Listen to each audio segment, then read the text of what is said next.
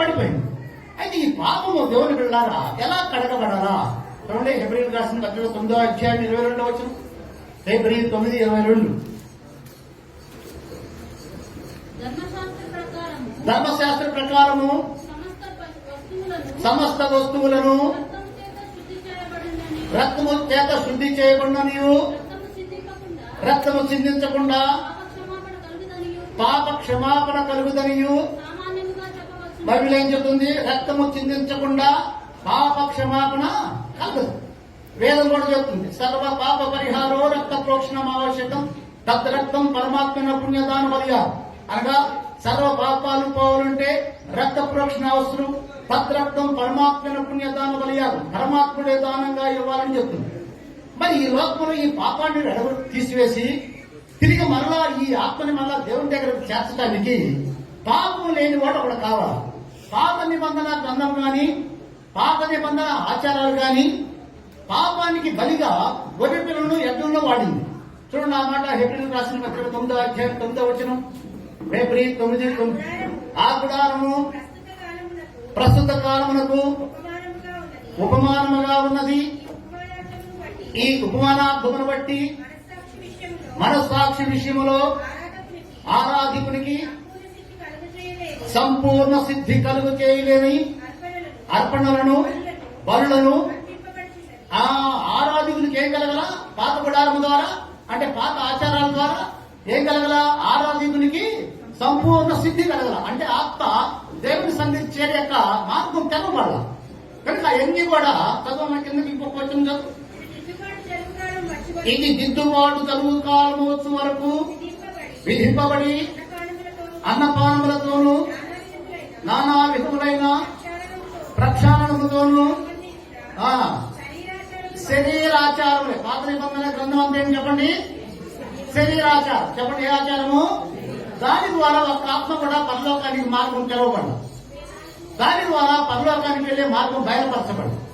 దానికంటే శ్రేష్టమైన యొక్క ఆజ్ఞ తర్వాత వచ్చింది. అయితే ఎలా వచ్చింది ఆజ్ఞ అంటే, ఈ పాపాన్ని కడగడానికి భూమి మీద నరులు గాని, ఎడ్ల యొక్క రక్తము గాని, పశు యొక్క రక్తము గాని, గొడవల రక్తము గాని పనిచేయడం. కనుక ఆ గుడారము హీనమైపోతూ వచ్చింది. అయితే ఇప్పుడు మనం పాపంగా కడగబడాలి. ఎలా కడగబడాలా? అన్ని మతాలు మంచిగా దేవుని పెట్టారా? పాపాలను కడుక్కోమంటే కడుక్కొని రండ్రని చెప్తుంది. కానీ కడిగేవాడు ఎవడు కావాలి కదా. అందుకని భూమి మీద కడిగేవాడు లేక తయారు చేసిన యొక్క దేవుడే సృష్టికర్తే ఈ లోకానికి మానవ శరీరాన్ని దాచి రావాల్సి వచ్చింది. చూడండి ఆ మాట హెబ్రీయులకు రాసిన పత్రిక 10వ అధ్యాయం 5వ వచనం. హెబ్రీ 10. కాబట్టి ఆయన ఈ లోకమందు ప్రవేశించినప్పుడు ఇలాగ చెప్పుచున్నాడు, బలియు అర్పణయు నీవు కోరలేదు గాని నాకొక శరీరమును. కనుక ఈ లోకానికి యేసు ప్రభువారు వచ్చేటప్పుడు దేవుని పిల్లలారా చెప్పండి, శరీరాన్ని అమర్చుకున్నాడు. చెప్పండి, ఏం చేశాడు? ఆ దేవుడే ఈ లోకానికి వచ్చినప్పుడు ఏమో అమర్చుకున్నాడు? క్రిస్మస్ రోజు పుట్టిన దేవుడు కాదు ఆయన. క్రిస్మస్ పండుగ బాగా చేస్తూ ఉంటాం మనం. ఆయన క్రిస్మస్ రోజున ఆయన వచ్చిందంటే ఆయన ప్రారంభించాల్సిన అవసరం లేదు. ఎందుకో తెలుసా? ఆయన శరీరాన్ని దాల్చుకొని వచ్చాడు. ఎందుకు వచ్చాడు? మానవుడి యొక్క పాపాన్ని కడగడానికి. లోకంలో దేవుళ్ళు లేరా? ఉన్నారు. మరి వాళ్ళకి ఎందుకు పట్ల? వాళ్ళు కూడా పట్టాలి కదా ఈ పాపం తీసివేయాలని. మరి వాళ్ళ ఎందుకు పట్ల? అసలు దేవుడు అంటే ఏంటో ఒక నిర్వచనం చదివి వినిపిస్తా. ఔషధ్యస్య సమగ్రస్య ధర్మస్య యశసహం శ్రియం జ్ఞాన వైరాగ్య యాక్షణో భగవతీర. ఔశ్వర్యము, యశస్సు, శ్రీజ్ఞానము, వైరాగ్యము అను గుణములు గలవాడు దేవుడు అనవాడు.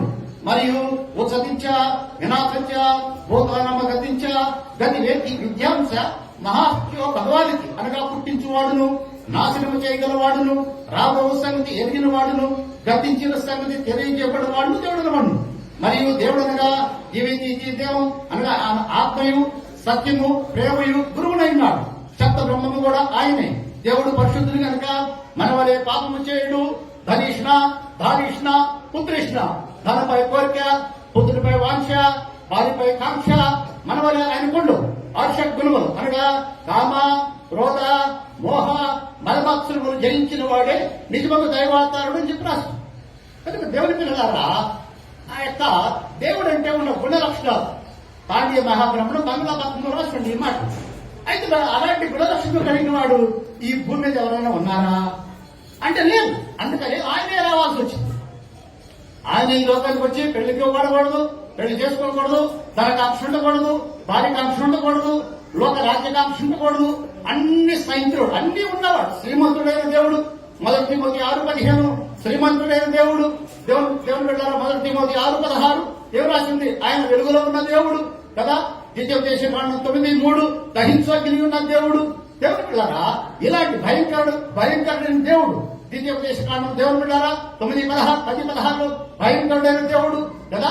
ఆయన సమస్తముడైన దేవుడు. అలాంటి దేవుడు ఈ లోకానికి మానవ శరీరాన్ని దాల్చి రావాల్సి వచ్చింది. ఎందుకంటే ఆయన కన్నాడు కనుక. ఎవరు కన్నాడు? ఈ ఇంటిని తయారు చేసింది ఎవరు మాట్లాడతారు? ఏ ఇల్లు?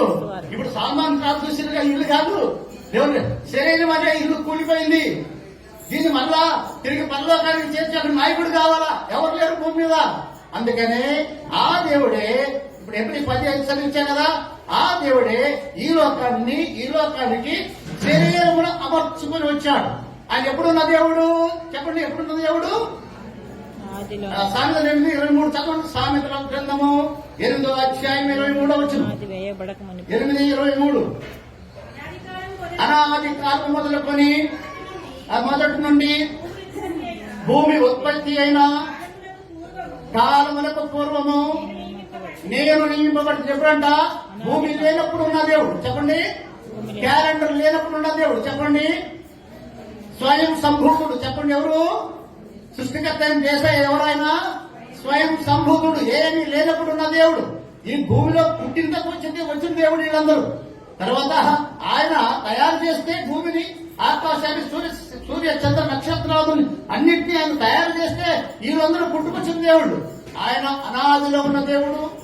దేవుని పిల్లలారా స్వయం సంభూతుడైన దేవుడు మానవుడు సృష్టించి మానవుడికి కావాల్సిన సదుపాయాలన్నీ కూడా ముందుగా నిర్ణయించి తర్వాత మానవుడు తయారు చేశాడు తనతో స్నేహంగా ఉండాలని. అయితే మానవుడు పాపం ద్వారా ఏమైపోయింది? ఇల్లు